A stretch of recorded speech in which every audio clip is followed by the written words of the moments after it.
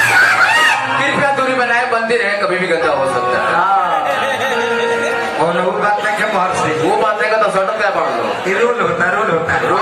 अच्छा छोड़ भाई इनका क्या छोड़ देता नहीं रोल तो हरे में कौन देता नहीं ठीक पर कौन केहू पर कौन हम मंदिर देखते हुए काम करना है। और दिया कहीं सुनने के शिकारी कान के बाली बाली के बाद होठ के लाली भाई महंगा लहंगा ये मैं आगे लगा बता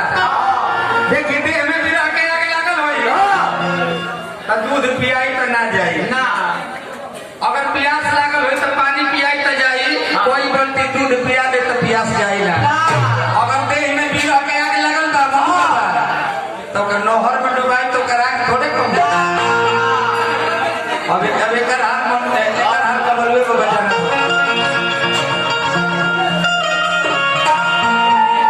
और दिया कहलो किसे लिया पर लागे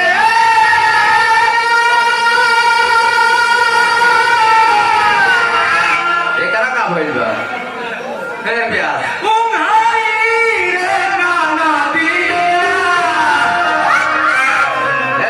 सुस्कते कहते अरे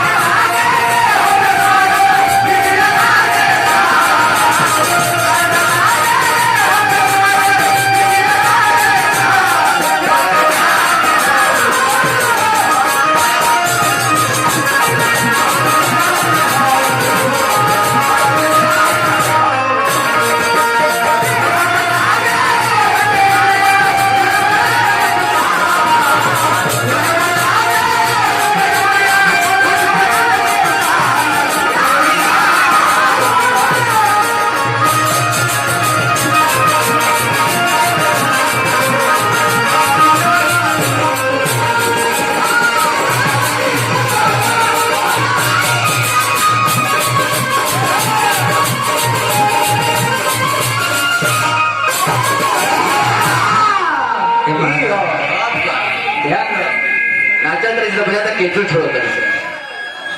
देख महाराज कहना ए महाराज है छोटकी के तो जोड़े में क्या हम तो हकी कम नहीं है यो जो होती है ये मारा पर कहती है कि अपन का नलद हो जाए बन जाए और ये कहते के महाराज अब का बताई रोजा के कोयला का जरूर में छोहारा छिलही के नहीं है कोशिश करके का करी पहाड़ हिलही के नहीं के अब हीरो कैला से का फायदा के बबलू बाबा जवन चीज बबल है अब हालत का कहलो दिन लागे जरे लागे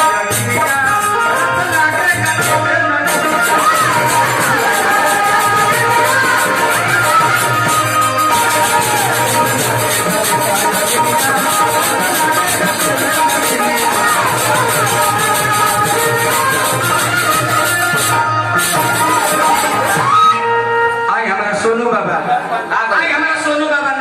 धरती से बाबा के गोड़े लगे सोनू बाबा आइड कंपनी ननहुल का धरती से रोरा बना रहे समाज बना रहे भाई अनिल जी ननहुल के धरती से रोरा नमस्कार करते हैं सोनू बाबा कहाँ बाए रोरा हमारे भाई जी है के वहाँ के दुश्मन लगे दिन लागे जरेले अग्निया रात लागे काटेले नगिनिया सुतत कैसे बानी कि सुतता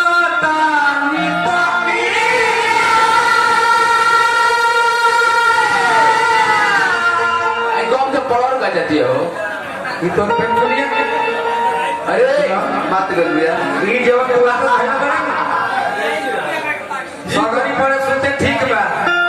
सगरी पड़े सुनते ठीक बा पेट को लिया ना सुनते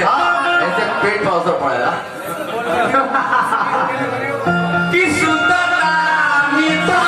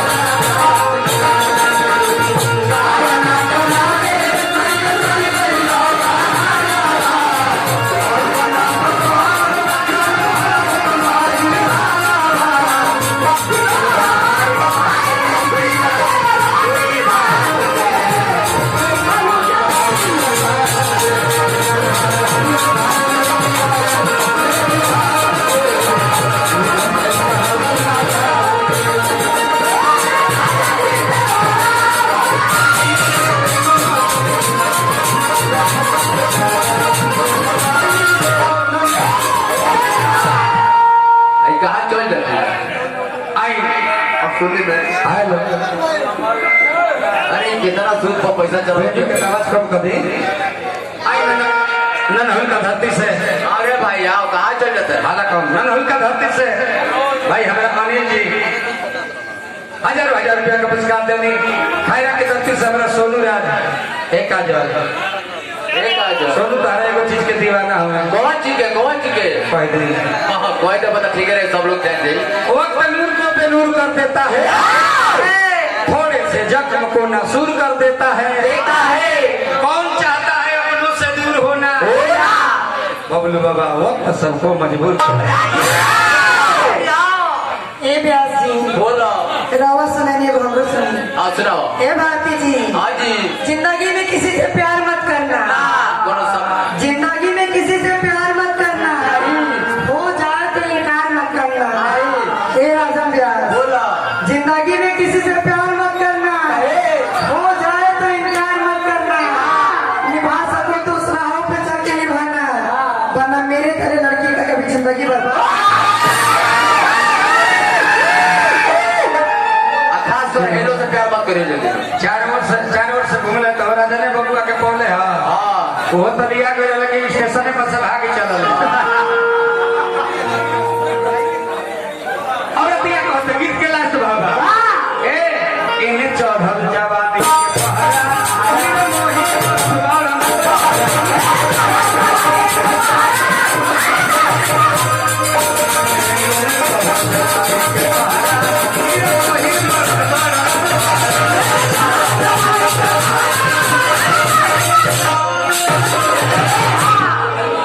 मनियर की धरती से बबलू बाबा आइन कंपनी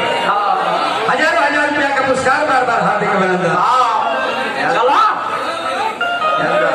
सुन आई कितना पैसा पड़ने में सूद पो ये बता तुम नाचे आए तो सुली करे आए हाँ बताओ सुनी तो सर कब वो सुलियो महंगा हो जाला हो जा रहा आई बबलू बाबा आइन कंपनी छोटू बाबा हमारे भाई राजकुमार सिपाही जी हित मित्र दोनों माने हाँ हाँ तक कहे भाव का लागल इहे रहन रही हाँ कहियो देवर हा काम गड़बड़ा दी हर दामरा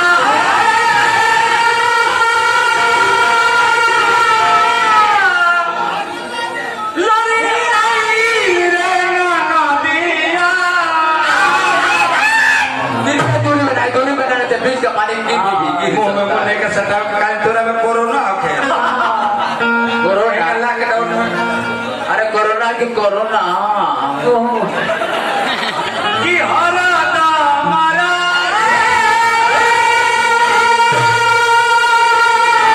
अरे कोरोना रे ये कोरोना बीमारी है रे